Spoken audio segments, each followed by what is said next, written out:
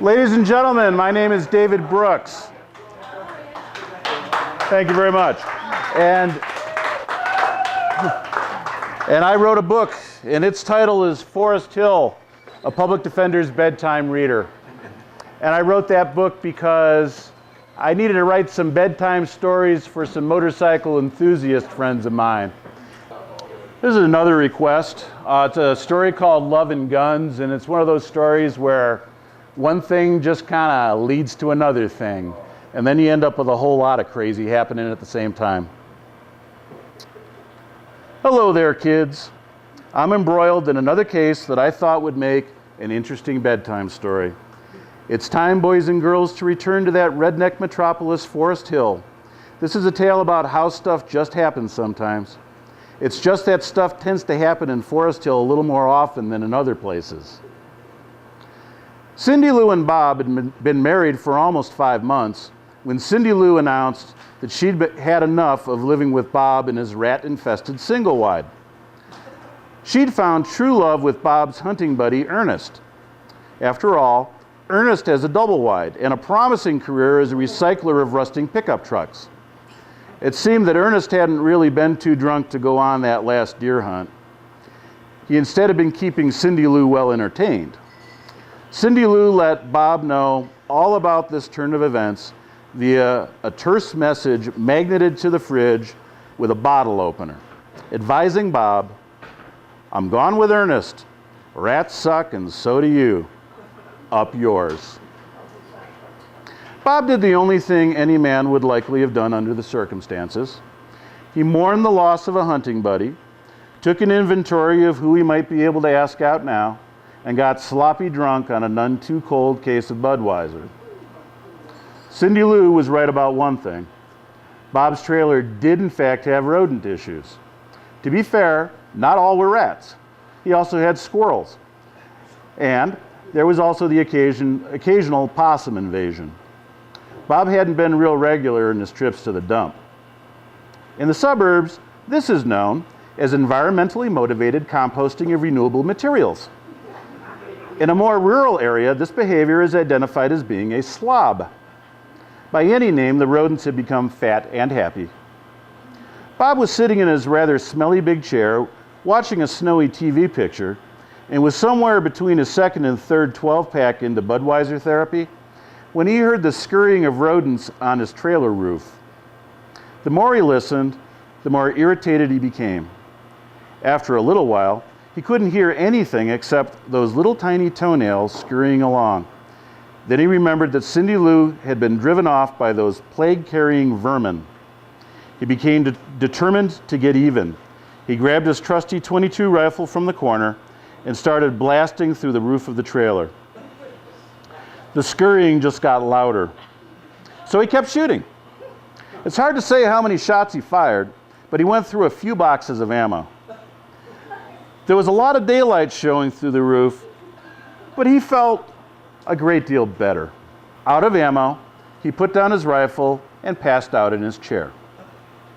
Meanwhile, Bob's nearest neighbor, Ron, was sitting in his cabin, reading a back issue of Soldier of Fortune magazine. Ron didn't have electricity, so TV was out of the question. Ron had been in the Marine Corps when he was a young man and served in Vietnam. The rumor is that he'd been a very successful sniper and had lots of medals. When he came home, he just wasn't right in the head. Ron found it easier to avoid people than be around them. When he built his cabin in the woods, he didn't have any neighbors. As time went on, development came to Foresthill. The newcomers came with plumbing and electricity, and Ron feared he'd have to build elsewhere. However, it turned out that the newcomers tended to stick to themselves and left the crazy old veteran to himself. Ron was able to coexist, so he stayed put. Ron's dream was to return to his country's service, or any country's service for that matter. Just in case an opportunity arose, he keeps Shirley handy. Shirley is the name he gave his formerly semi-automatic weapon that is now fully automatic. Ron is a very fine armorer and weapon mechanic, and used these skills to support himself over the years. The trick was to get an appointment with him without either getting shot or stumbling onto a people trap. It's not like you could phone him. A battery-powered megaphone announcing your attentions and an air horn were both mandatory if you wanted to approach the shack. On this evening, Ron was startled by a flurry of rapid and continued small arms fire. Something in Ron's head went very wrong, and Ron became certain that there were communist foreign nationals invading Forest Hill. He grabbed Shirley and stepped out into the darkness. Uncertain about the exact location of the bad guys, Ron decided to let the bastards know he wasn't going to be taken out without a fight. Ron let loose a couple of long bursts from Shirley in the general direction of the firefight, and then he melted into the woods to see what was going to happen next. Lucas lived on top of the hill that overlooked Bob's Singlewide, and beyond that were the woods where Ron lived. Many years ago, Lucas had been seen by county mental health professionals back in the day when there were state-funded community mental health clinics. However, funding for those clinics dried up long ago, and it's been 20 long years since Lucas has had his prescription filled. Lucas is schizophrenic, a white supremacist, and lives in fear of the day that the UN's black helicopters will show up and take him to New York City for reprogramming because he knows the truth. Lucas also has a nasty methamphetamine habit, so he's pretty hard to have a conversation with. On this ill-fated evening, Lucas was home wanting to listen to his favorite AM talk show host and was all pissed off because someone was filling in while the host was in rehab. Suddenly, Lucas heard a great deal of small arms fire coming from nearby, answered by bursts from an automatic weapon. He rushed outside to see what was happening. To his horror, Lucas saw the source of the gunfire. Hundreds of ninjas, previously hidden underground, suddenly popped out of hidden trapdoors and charged his trailer. At least that's what Lucas was certain he saw. The gunfire was covering fire for the UN's ninjas. Lucas sprinted back inside, slammed the door, and got the car battery from under the kitchen table. He grabbed the harness of wires leading from his kitchen and out onto the property, and chuckled as he connected the wires to the terminals. Those ninjas didn't know what they were walking into. Lucas had carefully booby-trapped his property with an arsenal of explosives, demonstrating that those annual trips to Idaho compounds were well spent.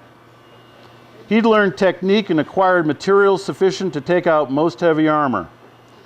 The dozens of charges mostly detonated as planned, blowing dirt, rock, and pine trees sky high in brilliant flashes that scorched the night.